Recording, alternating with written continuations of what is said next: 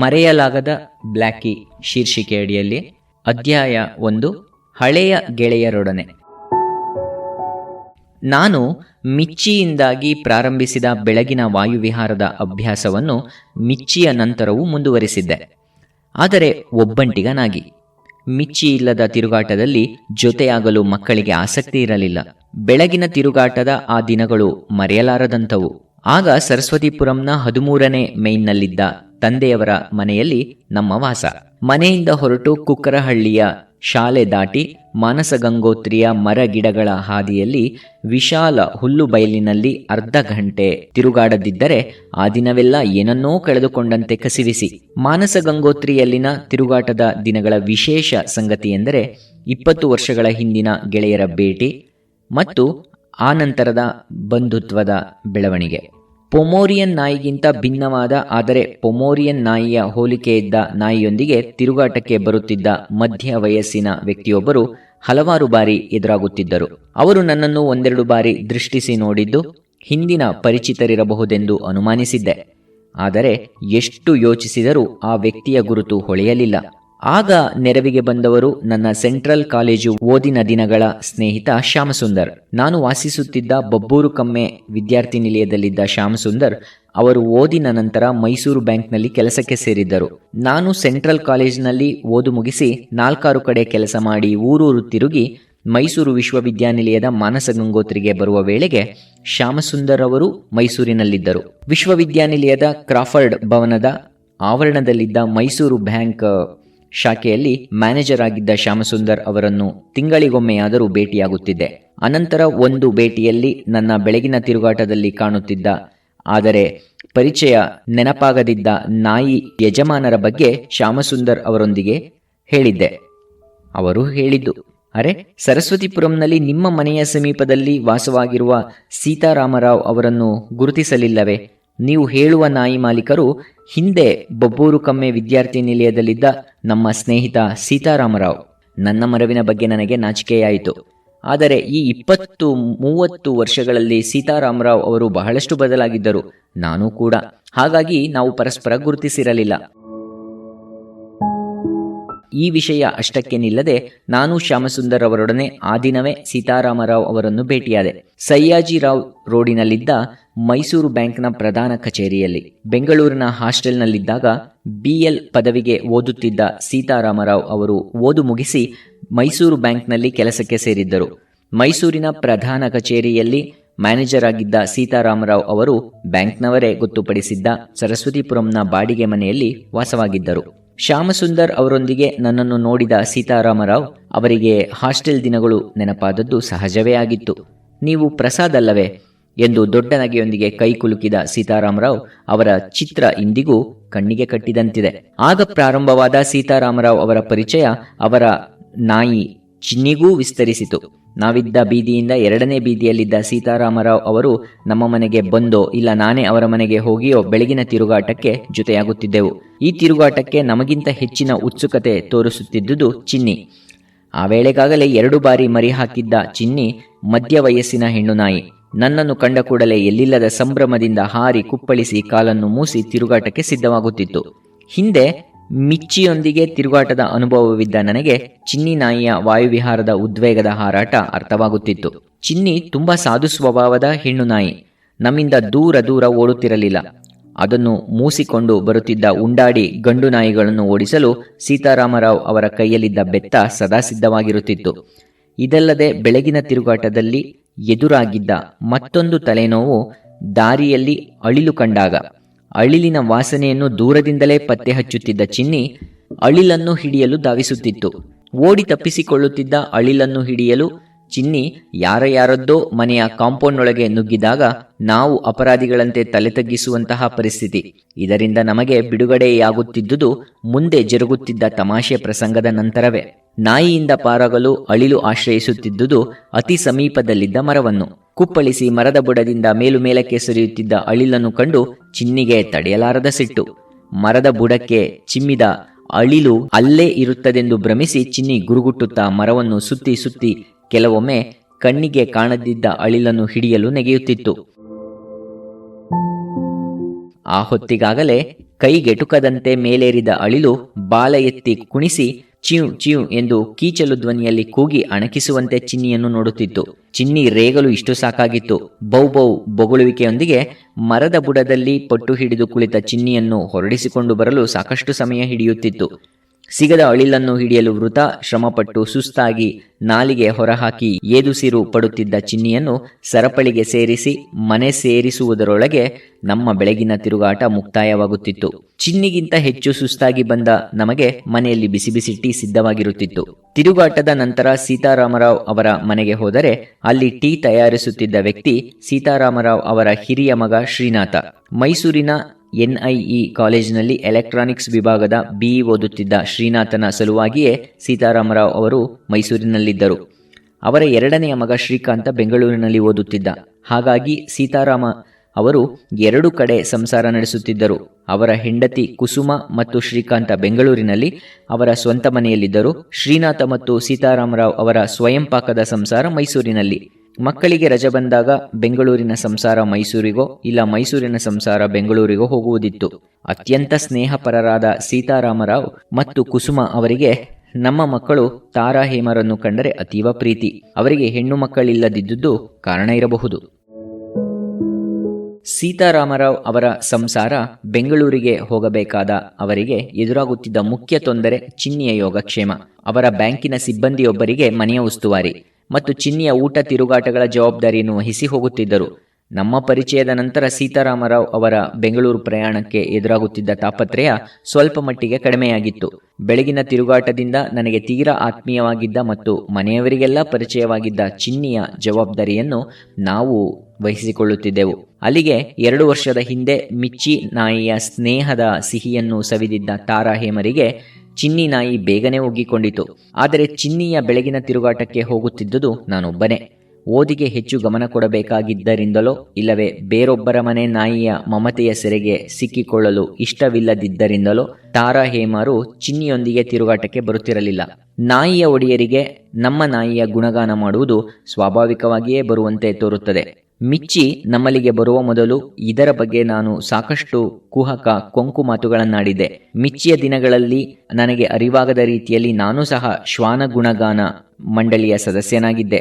ಮಿಚ್ಚಿಯ ಧೈರ್ಯ, ಸ್ಥೈರ್ಯ, ಯುಕ್ತಿ, ಚಾಣಾಕ್ಷತೆ, ಸ್ವಾಮಿನಿಷ್ಠೆ ಇತ್ಯಾದಿ ಬಗ್ಗೆ ನನ್ನ ಮನೆಯ ಕೊರತೆಯನ್ನು ಕೆಲವು ಸ್ನೇಹಿತರು ಇನ್ನೂ ಮರೆತಿಲ್ಲ. ಶ್ವಾನ ಗುಣಗಾನಕ್ಕೆ ಅಪವಾದವಾಗಿದ್ದವರು ಸೀತಾರಾಮರಾವ್. ಅವರು ಒಂದು ದಿನವೂ ಚಿನ್ನಿಯ ಗುಣಗಳನ್ನು ವರ್ಣಿಸಲಿಲ್ಲ. ಆದರೆ 10 ವರ್ಷಗಳ ಶ್ವಾನ ಸಂಪರ್ಕದಿಂದಾಗಿ ಸೀತಾರಾಮರಾವ್ ಅವರು ಬೇರೆ ರೀತಿಯ ಶ್ವಾನ ಸೋಂಕಿಗೆ ತುತ್ತಾಗಿದ್ದರು. ಅವರ ಶ್ವಾನ ಗುಣಗಾನ ಒಂದು ಪೀಳಿಗೆಯಿಂದ ಮುಂದಿನ ಪೀಳಿಗೆಗೆ ವರ್ಗವಾಗಿತ್ತು. ಸೀತಾರಾಮರಾವ್ ಹೇಳುತ್ತಿದ್ದ ಚಿನ್ನಿಯ ಮಕ್ಕಳ ಅಸಾಧಾರಣ ಗುಣಗಳ ಪಟ್ಟಿ ನನ್ನನ್ನು ದಂಗುಪಡಿಸಿತ್ತು. ಅಜ್ಞಾತ ವಂಶಸ್ಥ ಪಾಪದ ಮಿಚ್ಚಿ ನಾಯಿಗೆ ಆ ಪಟ್ಟಿಯಲ್ಲಿ ಸ್ಥಾನವೇ ಇರಲಿಲ್ಲ. ಇದರಿಂದ ನನಗೆ ಸಾಕಷ್ಟು ವ್ಯಥೆಯೂ ಆಗಿತ್ತು. ಹಿಂದೆ ನಡೆದು ಹೋದ ವಿಚಾರ ಮೌನವಾಗಿ ಅನುಭವಿಸದೆ ಬೇರೆ ದಾರಿ ಇರಲಿಲ್ಲ. ಈ ಕೊರತೆಯನ್ನು ಸ್ವಲ್ಪ ಮಟ್ಟಿಗಾದರೂ ತುಂಬಬಹುದಾದ ಒಂದು ಸರಳ ಹಾದಿ ಒಂದು ಬೆಳಗಿನ ತಿರುಗಾಟದಲ್ಲಿ ಕಂಡಿತು. ಚಿನ್ನಿಯ ಸದ್ಗುಣ ಸಂಪದ್ಭರಿತ ಪೀಳಿಗೆಯ ಮರಿಯನ್ನು ನಾವು ಸಾಕುವುದು ಸಾಧ್ಯವಾದರೆ, ಆದರೆ ಇಲ್ಲಿದ್ದ ದೊಡ್ಡ ತೊಡಕು ಮುಂದೆ ಹುಟ್ಟುವ ಚಿನ್ನಿಯ ಮರಿಗಳಲ್ಲಿ ಒಂದನ್ನು ನಮಗೆ ಕೊಡಿ ಎಂದು ಸೀತಾರಾಮರಾವ್ ಅವರನ್ನು ಕೇಳುವುದು ಹೇಗೆ? ಅವರ ಅನೇಕ ಇಷ್ಟಮಿತ್ರರು ಈಗಾಗಲೇ ಮರಿಗಳಿಗೆ ಬೇಡಿಕೆಯನ್ನು ಸಲ್ಲಿಸಿಯೇ ಇರುತ್ತಾರೆಯೇ? ನನ್ನ ಮನಸ್ಸಿನ ಈ ಎಲ್ಲ ಆತಂಕದ ಅಲೆಗಳು ಸೀತಾರಾಮರಾವ್ ಅವರ ಸಹೃದಯವನ್ನು ತಲುಪಿ ಅವರಿಂದ ಅಸ್ತು ಆಶ್ವಾಸನೆ ನನಗೆ ಅಚ್ಚರಿಯಾಗುವಂತೆ ಬಂದಿತು. ಅವರಾಗಿಯೇ ಒಂದು ಬೆಳಿಗ್ಗೆ ಹೇಳಿದ್ದು, ಪ್ರಸಾದ್, ಚಿನ್ನಿ ಮರಿ ಹಾಕಿದಾಗ ನಿಮಗೆ ಒಂದು ಮರಿಯನ್ನು ಕೊಡಲು ನಿರ್ಧರಿಸಿದ್ದೇನೆ. ತಾರಾ ಹೇಮರಿಗೆ ನಾಯಿ ಸಾಕಲು ತುಂಬ ಇಷ್ಟ. ನಿಮಗಿಂತ ಹೆಚ್ಚಾಗಿ ನಿಮ್ಮ ಮಕ್ಕಳಿಗೆ ನಾಯಿ ಅವಶ್ಯಕತೆ ಇದೆ. ಚಿನ್ನಿಯ ಮರಿ ಮುಂದೊಂದು ದಿನ ನಮಗೆ ಬರುತ್ತದೆಂದು ನಿರ್ಧಾರವಾದ ಮೇಲೆ ಆ ಮರಿಯ ವಂಶಾವಳಿಯ ಬಗ್ಗೆ ಹೆಚ್ಚಿನ ಕುತೂಹಲ ತೋರಿಸಿದೆ. ಹಿಂದೆ ಮಿಚ್ಚಿಯ ವಂಶದ ಬಗ್ಗೆ ನಾವು ಅನುಭವಿಸಿದ ಪರದಾಟ ಈ ಬಾರಿ ಮರುಕಳಿಸದಿರಲೆಂದು ನನ್ನ ಯೋಚನೆ. ಚಿನ್ನಿ ಸಂಪೂರ್ಣವಾಗಿ ಪೊಮೋರಿಯನ್ ಅಲ್ಲದ ಮಿಶ್ರತಳಿ. ಆದರೆ ಅದರ ಹಿಂದಿನ ವಂಶಾವಳಿಯ ವಿವರ ಸೀತಾರಾಮರಾವ್ ಅವರಿಗೂ ಗೊತ್ತಿರಲಿಲ್ಲ. ಅವರ ಸ್ನೇಹಿತರೊಬ್ಬರು ಕೊಟ್ಟಮರಿಗೆ ಚಿನ್ನಿ ನಾಮಕರಣ ಮಾಡಿ ಸಾಕಿದ್ದರು. ಆದರೆ ಚಿನ್ನಿಯ ಪ್ರಿಯಕರ ಬೆಂಗಳೂರಿನಲ್ಲಿ ಸೀತಾರಾಮರಾವ್ ಅವರ ಮನೆ ಸಮೀಪದಲ್ಲಿದ್ದವರ ಮನೆಯ ಕಾವಲು ನಾಯಿ ಟಿಬೇಟಿಯನ್ ಟೆರಿಯರ್ ಜಾತಿಗೆ ಸೇರಿದ್ದು. ನಾವು ಹಳ್ಳಿಯಲ್ಲಿ ಜೂಲು ನಾಯಿ ಎಂದು ಕರೆಯುತ್ತಿದ್ದುದುಂಟು. ನಾನು ಚಿಕ್ಕಂದಿನಲ್ಲಿ ನಮ್ಮೂರು ಬೆಲಗೂರಿನಲ್ಲಿದ್ದಾಗ ಅಲ್ಲಿನ ಸಾಹುಕಾರರೊಬ್ಬರು ಬೆಂಗಳೂರಿನಲ್ಲಿ ಜೂಲು ನಾಯಿ ತರಿಸಿ ಸಾಕಿದ್ದರು. ಅವರು ಸಾಯಂಕಾಲ ನಾಯಿಯೊಂದಿಗೆ ವಾಯು ಸಂಚಾರಕ್ಕೆ ಹೋದಾಗ ನಾವು ಹುಡುಗರ ತಂಡ ಆ ಸಾಹುಕಾರರ ಮತ್ತು ಅವರ ಕೈಲಿ ಹಿಡಿದ ಸರಪಳಿಯ ತುದಿಯಲ್ಲಿದ್ದ ಜೂಲು ನಾಯಿಯ ಹಿಂದೆ ಹೋಗುತ್ತಿದ್ದೆವು.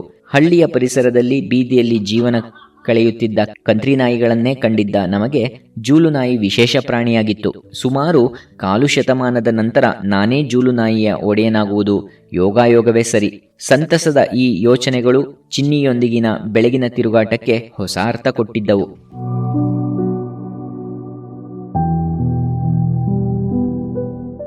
ಬಂಧುತ್ವದ ಬಳುವಳಿ. ಒಂದು ವರ್ಗಾವಣೆಯಲ್ಲಿ ಮೈಸೂರಿಗೆ ಬಂದಿದ್ದ ಸೀತಾರಾಮರಾವ್ ಅವರು 2 ವರ್ಷದ ನಂತರ ಮತ್ತೊಂದು ವರ್ಗಾವಣೆಯಲ್ಲಿ ಬೆಂಗಳೂರಿಗೆ ಹೊರಡಲು ಸಿದ್ಧರಾಗಿದ್ದರು. ಬಡ್ತಿಯೊಂದಿಗೆ ಅವರ ಸ್ವಂತ ಮನೆಯಲ್ಲಿರುವ ಅನುಕೂಲವಿದ್ದ ಬೆಂಗಳೂರಿಗೆ ಹೋಗುವುದು ಅವರಿಗೆ ಸಂತೋಷ ತಂದಿತ್ತು. ಶ್ರೀನಾಥನ BE ಓದು ಇನ್ನು 2 ವರ್ಷ ಇದ್ದದ್ದರಿಂದ ಅವನ ವಾಸಕ್ಕೆ ಅವರ ಸಂಬಂಧದ ಮತ್ತೊಬ್ಬ BE ಓದುತ್ತಿದ್ದ ಹುಡುಗನೊಂದಿಗೆ ಜೊತೆಯಾಗಿರಲು ಬಾಡಿಗೆ ಮನೆಯನ್ನು ಗೊತ್ತು ಮಾಡಿದ್ದರು. ಮೈಸೂರು ಬಿಡುವ ಹಿಂದಿನ ದಿನ ಸಾಯಂಕಾಲ ನಮ್ಮಲ್ಲಿಗೆ ಬಂದಿದ್ದ ಸೀತಾರಾಮರಾವ್ ದಂಪತಿಯೊಂದಿಗೆ ಆ ಹಿಂದಿನ 2 ವರ್ಷಗಳಲ್ಲಿ ನಮ್ಮ ಪರಿಚಯ ಬೆಳೆದು ಬಂದ ಸಂತಸವನ್ನು ಮೆಲುಕು ಹಾಕುತ್ತಿದ್ದೆವು. ತಾರಾ ಹೇಮರನ್ನು ಜೊತೆಯಲ್ಲಿ ಕೂರಿಸಿಕೊಂಡು ಮಾತನಾಡುತ್ತಿದ್ದಾಗ ತಾರಾಳ ಮುಂದಿನ ಭವಿಷ್ಯದ ಬಗ್ಗೆಯೂ ಮಾತು ತಿರುಗಿತು. ಆ ವರ್ಷದ ಕಡೆಯಲ್ಲಿ ತಾರಾಳು BSc ಓದು ಮುಗಿಸುತ್ತಿದ್ದಳು. ಮುಂದೆ MScಗೆ ಓದಿಸಲು ಯೋಚಿಸುತ್ತಿರುವುದಾಗಿ ನಾವು ಹೇಳಿದೆವು. ಯಾವ ಪೀಠಿಕೆಯೂ ಇಲ್ಲದೆ ಸೀತಾರಾಮರಾವ್ ಅವರು, ನಮ್ಮ ಕಡೆಯವರಿಗೆ ಹೆಣ್ಣು ಕೊಡುತ್ತೀರೇನ್ರಿ ಪ್ರಸಾದ್? ನಮ್ಮ ಬಂಧುಗಳಲ್ಲಿ ಗಂಡು ಸಂತಾನ ಜಾಸ್ತಿ, ಯಾವಾಗಲೂ ಒಂದಿಬ್ಬರು ಮದುವೆಗೆ ತಯಾರಾದ ವರ ಇರುತ್ತಾರೆ ಎಂದು ಹಾಸ್ಯವಾಗಿ ಹೇಳಿದರು. ಇದಕ್ಕೆ ಕುಸುಮ ಅವರು ಧ್ವನಿಗೂಡಿಸಿದರು. ಸೀತಾರಾಮರಾವ್ ಅವರು ತೆಲುಗು ವೆಲ್ನಾಡು ಸ್ಮಾರ್ತ ಪಂಗಡದವರು. ಅವರು ಮುಂದುವರೆದು, ನಿಮ್ಮ ಬೊಬ್ಬೂರು ಕಮ್ಮೆಯವರೊಂದಿಗೆ ಹೆಣ್ಣು ಕೊಟ್ಟು ತಂದು ಮಾಡಿದ್ದೇವೆ, ನೀವು ಆ ಬಗ್ಗೆ ಯೋಚಿಸಬೇಡಿ ಎಂದರು. ಇದರಲ್ಲಿ ನಾವು ಯೋಚಿಸುವುದು ಎಳ್ಳಷ್ಟು ಇರಲಿಲ್ಲ. ಸ್ಮಾರ್ತನಾದ ನಾನು ಶ್ರೀವೈಷ್ಣವ ಪಂಗಡದ ಪದ್ಮಾಳನ್ನು ಮದುವೆಯಾಗಿ ಮೇಲ್ಪಂಕ್ತಿ ಹಾಕಿದ್ದೆ. ಸೀತಾರಾಮರಾವ್ ದಂಪತಿಗಳ ಆತ್ಮೀಯ ಸಲಹೆ ನಮಗೆ ಸಂತೋಷ ತಂದಿತ್ತು. ಪದ್ಮಾ ಧನ್ಯವಾದ ಹೇಳುತ್ತಾ, ಈಗ ನೀವು ಹೇಳಿದ್ದನ್ನು ಬೆಂಗಳೂರಿಗೆ ಹೋದ ನಂತರ ಮರೆಯುವುದಿಲ್ಲ ತಾನೆ? ತಾರಾಳಿಗೆ ಅನುರೂಪವಾದ ವರ ನಿಮಗೆ ಗೊತ್ತಿದ್ದರೆ ಮರೆಯದೇ ತಿಳಿಸಿ ಎಂದಳು. ಆ ಸಂಜೆ ಸೀತಾರಾಮರಾವ್ ದಂಪತಿಯೊಂದಿಗೆ ನಾವು ಲೋಕಾಭಿರಾಮವಾಗಿ ಮಾತನಾಡುತ್ತಿದ್ದಾಗ ಮದುವೆ ಸಂಬಂಧದ ಪ್ರಸ್ತಾಪ ಬಂದಿತ್ತು. ಅಂತಹ ಮಾತಿನ ಮಧ್ಯ ಬರುವ ಮದುವೆ ಸಲಹೆ ಸೂಚನೆಗಳು ತಲೆ ಎತ್ತುವುದು ಎಷ್ಟು ಅನಿರೀಕ್ಷಿತವೋ ಅಷ್ಟೇ ತ್ವರಿತವಾಗಿ ಮರೆಯಾಗುವುದು ಸಹಜ. ಆದರೆ ಇದಕ್ಕೆ ಅಪವಾದವಾಗಿ ನಡೆದ ಸಂಗತಿ ಸೀತಾರಾಮರಾವ್ ಅವರಿಂದ 2 ತಿಂಗಳ ನಂತರ ಬಂದ ಟೆಲಿಫೋನ್ ಕರೆ. ಸೀತಾರಾಮರಾವ್ ಅವರಿದ್ದ ಮನೆಯಲ್ಲಿ ಅವರ ಜಾಗಕ್ಕೆ ಬಂದ ಬ್ಯಾಂಕ್ ಮ್ಯಾನೇಜರ್ ವಾಸವಾಗಿದ್ದರು. ಒಂದು ಬೆಳಿಗ್ಗೆ ಬ್ಯಾಂಕ್ ಮ್ಯಾನೇಜರ್ ಒಂದು ಚೀಟಿ ಕಳಿಸಿದರು. ಸೀತಾರಾಮರಾವ್ ಅವರು ಬೆಂಗಳೂರಿನಿಂದ ಟೆಲಿಫೋನ್ನಲ್ಲಿ ಮಾತನಾಡಿ ನನ್ನನ್ನು ಮ್ಯಾನೇಜರ್ ಮನೆಗೆ ಬರ ಹೇಳಿದ್ದರು. ಅರ್ಧ ಗಂಟೆ ಬಿಟ್ಟು ಪುನಃ ಫೋನ್ ಮಾಡುವುದಾಗಿಯೂ ಅಷ್ಟರಲ್ಲಿ ನಾನು ಮ್ಯಾನೇಜರ್ ಮನೆಯಲ್ಲಿರಬೇಕೆಂದು ತಿಳಿಸಿದ್ದರು. ಹಾಗೆ ನಮ್ಮ ಮನೆಯಲ್ಲಿ ಟೆಲಿಫೋನ್ ಇರಲಿಲ್ಲ. ನನ್ನೊಡನೆ ಟೆಲಿಫೋನ್ನಲ್ಲಿ ಮಾತನಾಡಿದ ಸೀತಾರಾಮರಾವ್ ಅವರು ನಮ್ಮೆಲ್ಲ ಕುಶಲ ವಿಚಾರಿಸಿ ಟೆಲಿಫೋನ್ ಮಾಡಿದ ಕಾರಣವನ್ನು ಪ್ರಸ್ತಾಪಿಸಿದರು. ಸೀತಾರಾಮರಾವ್ ಅವರ ಸೋದರ ಸಂಬಂಧಿ MLN ರಾವ್ ನಾರಾಯಣರಾವ್ ಅವರ 3ನೇ ಮಗ ಸುಧೀಂದ್ರ ಅವರು ಮದುವೆಗೆ ಇರುವುದಾಗಿಯೂ ನಮ್ಮ ತಾರಾನ ಬಗ್ಗೆ ಅವರೊಂದಿಗೆ ಪ್ರಸ್ತಾಪಿಸಿರುವುದಾಗಿಯೂ ಹೇಳಿದರು. ನಾರಾಯಣರಾವ್ ಅವರಿಗೆ ಬಿರ್ಲಾ ಕಂಪನಿಯಲ್ಲಿ ಮ್ಯಾನೇಜರ್ ಹುದ್ದೆಯ ಕೆಲಸ. ಮಧ್ಯಪ್ರದೇಶದ ರಾಯ್ಪುರ ಊರಿನಲ್ಲಿದ್ದ ಸಿಮೆಂಟ್ ಫ್ಯಾಕ್ಟರಿಯಲ್ಲಿ ವೈಸ್ ಪ್ರೆಸಿಡೆಂಟ್ ಆಗಿದ್ದರು. ಸುಧೀಂದ್ರ BSc ಪದವಿಯ ನಂತರ ಚಾರ್ಟರ್ಡ್ ಅಕೌಂಟೆನ್ಸಿ ಓದಿ ಬಿರ್ಲಾ ಕಂಪನಿ ಸೇರಿ ಬೊಂಬಾಯಿಯಲ್ಲಿದ್ದರು. ಸುಧೀಂದ್ರನಿಗೆ 2 ಅಣ್ಣಂದಿರು, ಒಬ್ಬ ತಮ್ಮ. ಈ ಸಂಬಂಧದ ಬಗ್ಗೆ ನಮಗೆ ಆಸಕ್ತಿ ಇದ್ದರೆ ಮದುವೆ ಪ್ರಸ್ತಾಪವನ್ನು ಮುಂದುವರಿಸುವುದಾಗಿ ಸೀತಾರಾಮರಾವ್ ಹೇಳಿದರು. ಮನೆಯಲ್ಲಿ ಪದ್ಮಾ ತಾರಾನೊಂದಿಗೆ ಮಾತನಾಡಿ ಅವರಿಗೆ ಫೋನ್ ಮಾಡಲು ತಿಳಿಸಿದರು. ಮುಂದಿನ ಬೆಳವಣಿಗೆ ನಮಗೆ ಆಶ್ಚರ್ಯವಾಗುವಷ್ಟು ವೇಗವಾಗಿ ನಡೆದು ತಾರಾ ಸುಧೀಂದ್ರರ ವಿವಾಹ 1985ರ ಡಿಸೆಂಬರ್ 5ರಂದು ನಡೆದು ಸೀತಾರಾಮರಾವ್ ಅವರೊಂದಿಗಿನ ಹಳೆಯ ಸ್ನೇಹವನ್ನು ಹೊಸ ಬಾಂಧವ್ಯ ಬೆಸೆದಿತ್ತು. ಭವಿಷ್ಯದಲ್ಲಿನ ತನ್ನದೇ ಸಂಸಾರದ ಸುಂದರ ಚಿತ್ರಗಳ ಕಲ್ಪನೆಯಲ್ಲಿ ಬೊಂಬಾಯಿಯ ಪ್ರಯಾಣಕ್ಕೆ ತಾರಾ ಸಿದ್ಧಳಾಗುತ್ತಿದ್ದಳು. ಕಳೆದ 4-6 ವರ್ಷಗಳಲ್ಲಿ ನಮ್ಮಲ್ಲಿದ್ದ ನಾಯಿ ಬೆಕ್ಕುಗಳೊಂದಿಗೆ ಕಳೆದ ನೋವು ನಲಿವಿನ ದಿನಗಳ ನೆನಪಿನ ಸರಮಾಲೆಗಳು ತಾರಾಳೊಂದಿಗೆ ಪ್ರಯಾಣಿಸುತ್ತಿದ್ದವು. ತಾರಾ ಸುಧೀಂದ್ರರು ಬೊಂಬಾಯಿಗೆ ರೈಲಿನಲ್ಲಿ ಹೊರಡಬೇಕಿದ್ದ ದಿನವೂ ನಿಶ್ಚಯವಾಗಿ ನವ ದಂಪತಿಗಳನ್ನು ಬೀಳ್ಗೊಡಲು ಬೆಂಗಳೂರಿಗೆ ಪದ್ಮಾಳೊಂದಿಗೆ ನಾನು ಹೋಗಲು ಸಿದ್ಧನಾದೆ. ಆಗ ಬಂದದ್ದು ಸೀತಾರಾಮರಾವ್ ಅವರ ಫೋನಿನ ಕರೆ. ಬ್ಯಾಂಕ್ ಮ್ಯಾನೇಜರ್ ಮನೆಗೆ ಹೋಗಿ ಅವರಿಗೆ ಫೋನ್ ಮಾಡಬೇಕೆಂದು ಈ ಸಾರಿಯ ಅವರ ಕರೆಯ ಉದ್ದೇಶ. ಪದ್ಮಾ ಮತ್ತು ನಾನು ಬೆಂಗಳೂರಿಗೆ ಹೋದಾಗ ಅವರ ಮನೆಯಲ್ಲಿ ಉಳಿಯಬೇಕೆಂದು, ಬೆಂಗಳೂರಿನಲ್ಲಿ ಸುಧೀಂದ್ರನ ತಂದೆಯವರ ಮನೆಯಲ್ಲಿ ಅನೇಕ ಬಂಧು ಮಿತ್ರರು ಇರುವುದರಿಂದ ಸೀತಾರಾಮರಾವ್ ಅವರ ಮನೆಯಲ್ಲಿ ನಾವು ಉಳಿಯಲು ಹೇಳಿದ ಆತ್ಮೀಯ ಆಹ್ವಾನವನ್ನು ಅಂಗೀಕರಿಸಿದೆ. ಅವರ ಮನೆಗೆ ತಲುಪಿ ವಿಶ್ರಮಿಸಿಕೊಂಡ ನಂತರ ನಿಮಗೊಂದು ಅಚ್ಚರಿಯ ಸುದ್ದಿ ಕಾದಿದೆ ಎಂದು ಸೀತಾರಾಮರಾವ್ ದಂಪತಿಗಳು ಹೇಳಿದರು. ಅದು ಏನು ಎಂದು ಕೇಳಲು ಬಾಯಿ ತೆರೆಯುವುದಕ್ಕೂ ಅವಕಾಶವಿಲ್ಲದಂತೆ ಆ ಅಚ್ಚರಿಯ ಸುದ್ದಿ ನಾವು ಕುಳಿತಿದ್ದ ಕೊಠಡಿಯೊಳಕ್ಕೆ ಮೆಲುದನಿಯಲ್ಲಿ ಬಂತು. 1 ಅಡಿ ಉದ್ದ, ಅಷ್ಟೇ ದಪ್ಪದ ಕರಿ ತುಪ್ಪಟದ ಉಂಡೆಯೊಂದು ಉರುಟುರುಟಾಗಿ ನಡೆದು ಬಂತು. ಆ ಆಕೃತಿಯ ಬೆನ್ನಿಗೆ ಕುಯ್ ಕುಯ್ ಎಂದು ಆತಂಕದ ಮೂತಿ ತೋರಿಸಿದ ಚಿನ್ನಿಯ ಬಾಲಕ್ಕೆ ಅಂಟಿಕೊಂಡಂತೆ ಬಂದದ್ದು ಮೊದಲು ಬಂದ ತುಪ್ಪಟದ ತದ್ರೂಪ, ಆದರೆ ಬೂದು ಬಣ್ಣದ್ದು. ಅಲ್ಲಿಗೆ ಸೀತಾರಾಮರಾವ್ ಅವರು ಅಚ್ಚರಿಯ ಸುದ್ದಿಯನ್ನು ಹೇಳಬೇಕಾದ ಪ್ರಮೇಯವೇ ಇರಲಿಲ್ಲ. ಆಗ್ಗೆ 3 ವಾರಗಳ ಹಿಂದೆ ಚಿನ್ನಿ ನಾಯಿಮರಿ ಹಾಕಿತ್ತು. 3ನೇ ಬಾರಿಗೆ ಚಿನ್ನಿ 2 ಗಂಡು ನಾಯಿಮರಿಗಳ ತಾಯಿಯಾಗಿತ್ತು. 2 ಜೂಲು ನಾಯಿಗಳು. ಮೊದಲು ಬಂದ ಕರಿಯ ಮರಿ ಕುಸುಮ ಕುಳಿತಿದ್ದಲ್ಲಿಗೆ ನಡೆದು ಅವರ ಕಾಲ ಬಳಿ ಕುಸಿದು ಕುಳಿತಿತು. ಮರಿಯನ್ನು ಎತ್ತಿ ಮುದ್ದಾಡುತ್ತಲೇ ಹೊರ ನಡೆದ ಕುಸುಮ ಅವರನ್ನು ಚಿನ್ನಿಯ ಉಳಿದ ಪರಿವಾರ ಹಿಂಬಾಲಿಸಿತು. ನಾವು ಕುಳಿತಿದ್ದ ಕೊಠಡಿಗೆ ಹೊಂದಿಕೊಂಡಂತಿದ್ದ ಅಂಗಳದ ಮೂಲೆಯಲ್ಲಿದ್ದ ಜಾಕಾಯಿ ಪೆಟ್ಟಿಗೆ ಬಾಣಂತಿ ಚಿನ್ನಿಯ ಕೋಣೆ. ಮರಿಗಳೊಂದಿಗೆ ಹುದುಗಿ ಮಲಗಿದ ಚಿನ್ನಿಯನ್ನು ನಾವು ಮಾತನಾಡಿಸಿದಾಗ ತನ್ನದೇ ರೀತಿಯಲ್ಲಿ ಬಾಲ ಕುಣಿಸಿ ಮೂತಿ ಎತ್ತಿ ಕೈ ಮುಸಿದ ಚಿನ್ನಿ ನಮ್ಮ ಕುಶಲ ವಿಚಾರಿಸಿತು. ಮರಿಗಳಿಗೆ ಹಾಲುಣಿಸುತ್ತಾ ತೃಪ್ತಿಯಿಂದ ಮಲಗಿದ್ದ ಚಿನ್ನಿಯನ್ನು ನೋಡುತ್ತಾ ನಿಂತಿದ್ದ ನನ್ನ ಮನಸ್ಸಿನಲ್ಲಿ ಚಿನ್ನಿಯೊಂದಿಗಿನ ಬೆಳಗಿನ ತಿರುಗಾಟದ ದಿನಗಳು ಕಣ್ಮುಂದೆ ಹಾದು ಹೋದವು. ಚಿನ್ನಿಯ ಹಿಂದಿನ ಮರಿಗಳ ವರ್ಣನೆ ಜ್ಞಾಪಕಕ್ಕೆ ಬರುವುದರೊಂದಿಗೆ ಪ್ರಸ್ತುತ ಪರಿಸ್ಥಿತಿಯಲ್ಲಿ ಸ್ವಾರ್ಥದ ಕುಡಿಯು ಕಾಣಿಸಿಕೊಂಡಿತು. ಈಗಿನ 2 ಮರಿಗಳಲ್ಲಿ ಒಂದು ನಮಗೆ ಸಿಕ್ಕೀತೆ. ನನ್ನ ಮನಸ್ಸಿನ ಇಚ್ಛೆಯನ್ನು ಮಾತಿನಲ್ಲಿ ಹೇಳಲು ಸಂಕೋಚದ ತೆರೆ ಅಡ್ಡ ಬಂದಿತ್ತು.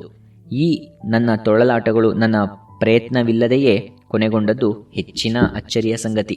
ಸೀತಾರಾಮರಾವ್ ಅವರು ಹಿಂದೆ ಮೈಸೂರಿನಲ್ಲಿ ಕೊಟ್ಟಿದ್ದ ವಾಗ್ದಾನವನ್ನು ಮರೆತಿರಲಿಲ್ಲ. ಅವರು ಹೇಳಿದ ಅಚ್ಚರಿಯ ಸುದ್ದಿಯ ಮೊದಲ ಭಾಗವಷ್ಟನ್ನೇ ನಾವು ಅದುವರೆಗೆ ಕಂಡದ್ದು. ಚಿನ್ನಿಯ ನೂತನ ಸಂಸಾರವನ್ನು, ಅಚ್ಚರಿಯ ಸುದ್ದಿಯ 2ನೆಯ ಭಾಗ ನಮಗೆ ಬಳುವಳಿಯಾಗಿ ಬರಲಿದ್ದ ಚಿನ್ನಿಯ ಮರಿ. 3 ವಾರ ವಯಸ್ಸಿನಲ್ಲೇ ಗುರುಗುಟ್ಟಿ ಪುಂಡಾಟದ ಲಕ್ಷಣಗಳನ್ನು ತೋರುತ್ತಿದ್ದ ಬೂದು ಬಣ್ಣದ ಮರಿ ನಮಗೆ ತಕ್ಕದ್ದಲ್ಲವೆಂದು ಸೀತಾರಾಮರಾವ್ ದಂಪತಿಗಳು ತೀರ್ಮಾನಿಸಿದ್ದರು. ಆ ವೇಳೆಗಾಗಲೇ ಹುಟ್ಟಿನಿಂದಲೇ ನಾಮಕರಣ ಹೊಂದಿದ್ದ ಕರಿಯ ಮರಿ ಬ್ಲ್ಯಾಕಿ ನಮಗೆ ಮೀಸಲಾಗಿತ್ತು. ಬೂದು ಬಣ್ಣದ ಪುಂಡ ಮರಿಯನ್ನು ತುಮಕೂರಿನಲ್ಲಿದ್ದ ಅವರ ಬಂಧುಗಳಿಗೆ ಕೊಡಲು ನಿರ್ಧಾರವಾಗಿತ್ತು. ನಮಗೆ ಬರಲಿದ್ದ ನಾಯಿಮರಿಯ ನಾಮಕರಣದ ಸಮಸ್ಯೆಯೂ ಬಗೆಹರಿದಿದ್ದು ನನ್ನ ಅದೃಷ್ಟ. ನಮ್ಮಲ್ಲಿಯ ಬೆಕ್ಕು ನಾಯಿಗಳಿಗೆ ಸೂಕ್ತ ಹೆಸರನ್ನು ಅನಾಯಾಸವಾಗಿ ಹೊಂದಿಸುತ್ತಿದ್ದ ದೊಡ್ಡ ಮಗಳು ತಾರಾ ಬೊಂಬಾಯಿಗೆ ಪ್ರಯಾಣಿಸಲಿದ್ದಳು. ಬೊಂಬಾಯಿಗೆ ಹೋಗುವ ಮೊದಲು ಸೀತಾರಾಮರಾವ್ ಅವರ ಮನೆಗೆ ಗಂಡನ ಜೊತೆ ಬಂದಿದ್ದ ತಾರಾ ಬ್ಲ್ಯಾಕಿಯನ್ನು ಎತ್ತಿ ಮುದ್ದಾಡಿದ್ದಳು. ಮೂಕ ಪ್ರಾಣಿಗಳ ಬಗ್ಗೆ ತಾರಾನಿಗಿದ್ದ ಪ್ರೀತಿ ಅನುಕಂಪಗಳನ್ನು ಬ್ಲ್ಯಾಕಿ ಕೆಲವು ನಿಮಿಷಗಳ ಮಟ್ಟಿಗಾದರೂ ಅನುಭವಿಸಿತ್ತು. ನಾವು ಮೈಸೂರಿಗೆ ಹಿಂತಿರುಗುವಾಗ ಬ್ಲ್ಯಾಕಿ ನಮ್ಮೊಡನೆ ಬರಲಿಲ್ಲ. 1 ತಿಂಗಳು ತುಂಬಿರದ ಮರಿಯನ್ನು ತಾಯಿಯಿಂದ ಬೇರ್ಪಡಿಸುವುದು ಬೇಡವೆಂದು ಕುಸುಮ ಹೇಳಿದರು. ನಿಜವಾದ ಕಾರಣ ಅವರಿಗೆ ತುಂಬ ಅಚ್ಚುಮೆಚ್ಚಾಗಿದ್ದ ಬ್ಲ್ಯಾಕಿಯನ್ನು ಇನ್ನೂ ಕೆಲವು ದಿನ ಉಳಿಸಿಕೊಳ್ಳುವುದಕ್ಕಾಗಿ. ಮುಂದಿನ 1-2 ವಾರಗಳಲ್ಲಿ ಮೈಸೂರಿಗೆ ಬರಲಿದ್ದ ಶ್ರೀನಾಥನ ಜೊತೆ ಬ್ಲ್ಯಾಕಿಯನ್ನು ಕಳಿಸುವುದಾಗಿ ಹೇಳಿದರು. ಆ ದಿನ ಸಾಯಂಕಾಲ ತಾರಾ ಸುಧೀಂದ್ರರನ್ನು ಬೊಂಬಾಯಿಗೆ ರೈಲಿನಲ್ಲಿ ಹತ್ತಿಸಿ ಬ್ಲ್ಯಾಕಿಯ ಚಿತ್ರವನ್ನು ಮನಸ್ಸಿನಲ್ಲಿ ತುಂಬಿಕೊಂಡು ನಾನು ಪದ್ಮ ಮೈಸೂರಿಗೆ ಹಿಂದಿರುಗಿದೆವು. 1-2 ವಾರಗಳಲ್ಲಿ ಮನೆಗೆ ಬರಲಿದ್ದ ಬ್ಲ್ಯಾಕಿಯ ಬಗ್ಗೆ ಎಷ್ಟು ಹೇಳಿದರೂ ಹೇಮನಿಗೆ ತೃಪ್ತಿ ಇರಲಿಲ್ಲ. ತಾರನನ್ನು ಬೀಳ್ಕೊಡಲು ಹೇಮ ಬೆಂಗಳೂರಿಗೆ ಬಂದಿರಲಿಲ್ಲ. ಬ್ಲ್ಯಾಕಿ ಮನೆಗೆ ಬರುವ ನಿರೀಕ್ಷೆಯ ದಿನಗಳು ಹೇಮನಿಗೆ ಸಾಕಷ್ಟು ಆತಂಕ ಉಂಟು ಮಾಡಿದ್ದವು. ಶ್ರೀನಾಥ ಅಂಕಲ್ ಬ್ಲ್ಯಾಕಿಯನ್ನು ತರಲು ಮರೆಯುವುದಿಲ್ಲ ತಾನೆ? ದಾರಿಯಲ್ಲಿ ಬ್ಲ್ಯಾಕಿ ಕಳೆದು ಹೋದರೆ, ಅಕಸ್ಮಾತ್ ಬೆಂಗಳೂರಿನಲ್ಲೇ ಅವರ ಗುರುತಿನವರು ಬ್ಲ್ಯಾಕಿಯನ್ನು ಕೇಳಿ ತೆಗೆದುಕೊಂಡು ಹೋದರೆ? ಈ ಶಂಕೆ, ಸಂಶಯದ ಯೋಚನೆಗಳು ನನಗೂ ಬಾರದಿರಲಿಲ್ಲ. ನನ್ನ ಮನಸ್ಸಿನ ಬೇಗುದಿಯನ್ನು ಹೊರಕ್ಕೆ ತೋರಿಸದೆ ಬ್ಲ್ಯಾಕಿ ಖಂಡಿತ ಬರುತ್ತದೆಂಬ ನಂಬಿಕೆಯ ಸಮಾಧಾನವನ್ನು ನನಗೆ ನಾನೇ ಹೇಳಿಕೊಂಡು ಹೇಮನಿಗೂ ಹೇಳಿ ಬ್ಲ್ಯಾಕಿಯ ಬರುವನ್ನು ಎದುರು ನೋಡುತ್ತಿದ್ದೆ.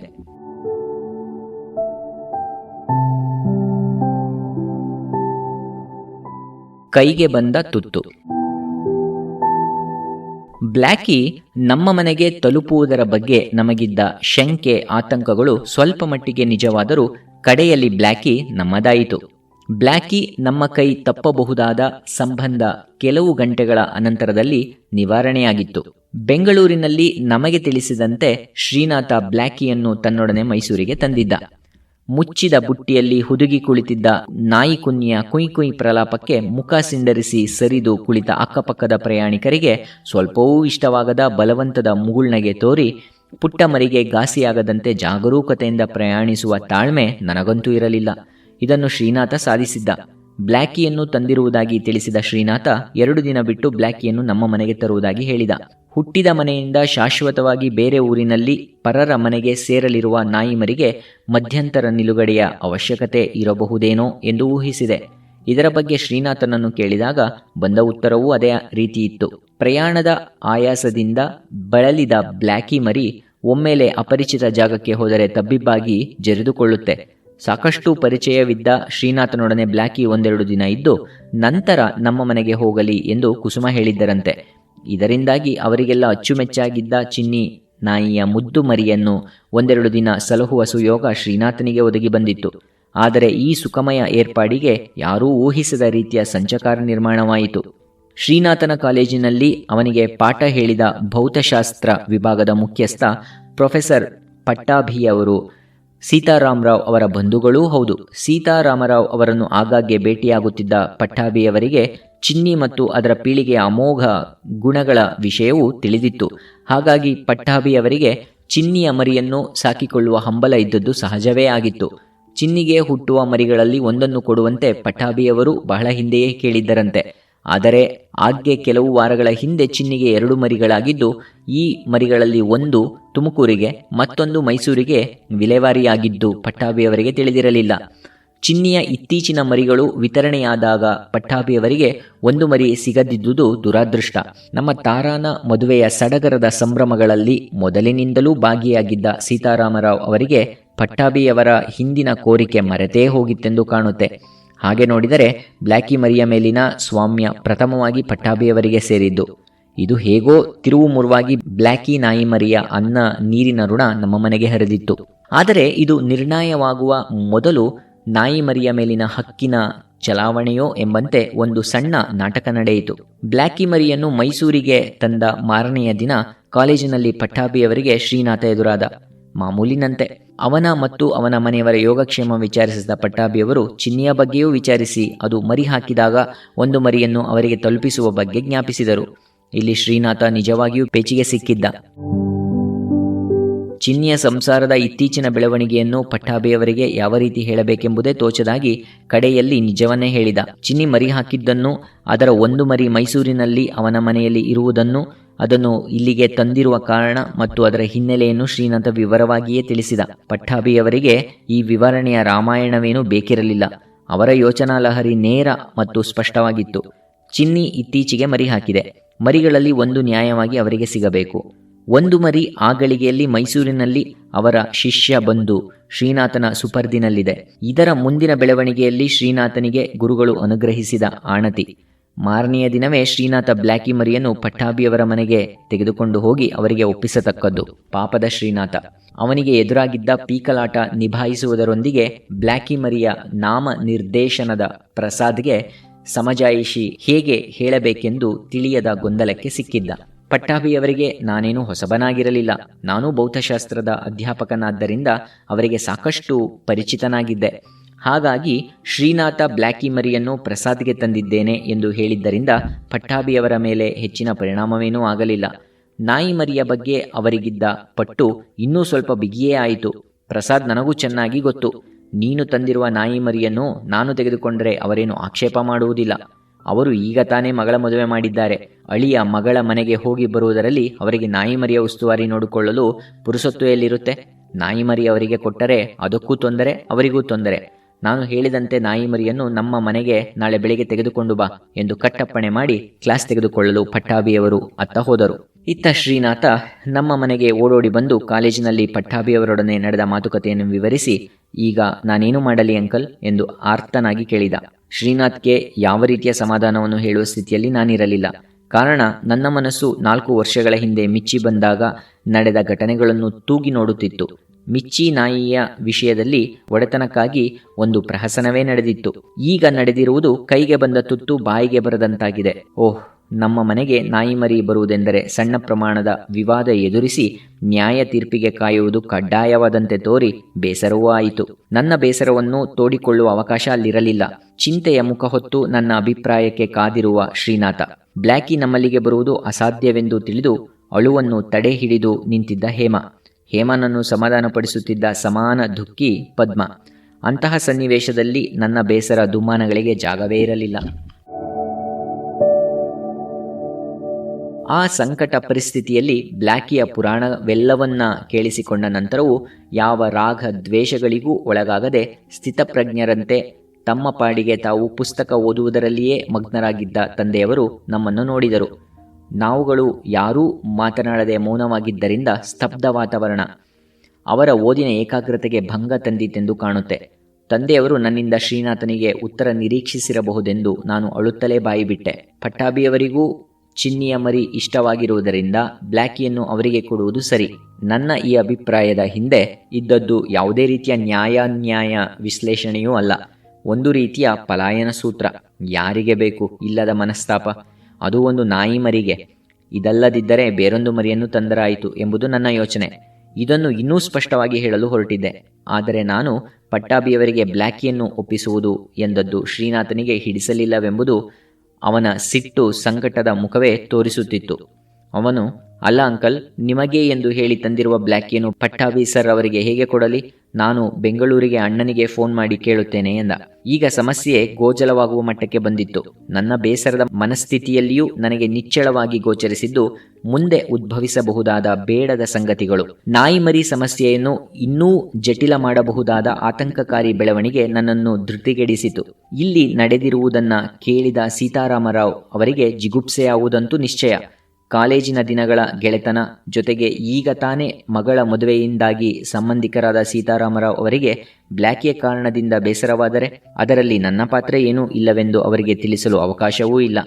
ಇದನ್ನು ಯೋಚಿಸಿಯೇ ನನಗೆ ಗಾಬರಿಯಾಯಿತು. ಈ ಬ್ಲ್ಯಾಕಿಯ ರಾಮಾಯಣವನ್ನು ಆದಷ್ಟು ಬೇಗ ಕೊನೆಗೊಳಿಸುವುದೇ ಸರಿ ಎಂದು ನಿರ್ಧರಿಸಿ ಬ್ಲ್ಯಾಕಿ ಮರಿಯನ್ನು ಪಟ್ಟಾಭಿಯವರಿಗೆ ನೀಡುವಂತೆ ಶ್ರೀನಾಥನಿಗೆ ಹೇಳಲು ಬಾಯಿ ತೆರೆಯುವ ಹೊತ್ತಿಗೆ ತಂದೆಯವರು ಬ್ಲ್ಯಾಕಿಯ ವಿವಾದದಲ್ಲಿ ಆಸಕ್ತಿ ತೋರಿಸಿದರು. ಅಲ್ಲಿಯವರೆಗೂ ನಡೆದಿದ್ದ ಬ್ಲ್ಯಾಕಿಯ ಪಥಚಲನೆಯ ವಿವರವನ್ನು ಮತ್ತೊಮ್ಮೆ ಕೇಳಿದರು. ಬ್ಲ್ಯಾಕಿಯ ಒಡೆತನಕ್ಕೆ ನನ್ನ ಮತ್ತು ಪಟ್ಟಾಭಿಯವರ ಬೇಡಿಕೆಗಳು ಎಲ್ಲಿ, ಯಾವಾಗ, ಹೇಗೆ ಎಂಬುದರ ವಿವರಣೆಯನ್ನು ಪಡೆದ ನಂತರ ಅವರು ಕೊಟ್ಟ ತೀರ್ಪು ಬಹಳ ಮಾರ್ಮಿಕವಾಗಿತ್ತು. ಹನುಮ ಹಾಕುವ ಲಾಗವನ್ನು ತಿಮ್ಮನೂ ಹಾಕಬಹುದು. ಇದರ ಅರ್ಥವನ್ನು ತಕ್ಷಣ ಗ್ರಹಿಸಿದ್ದು ಶ್ರೀನಾಥ.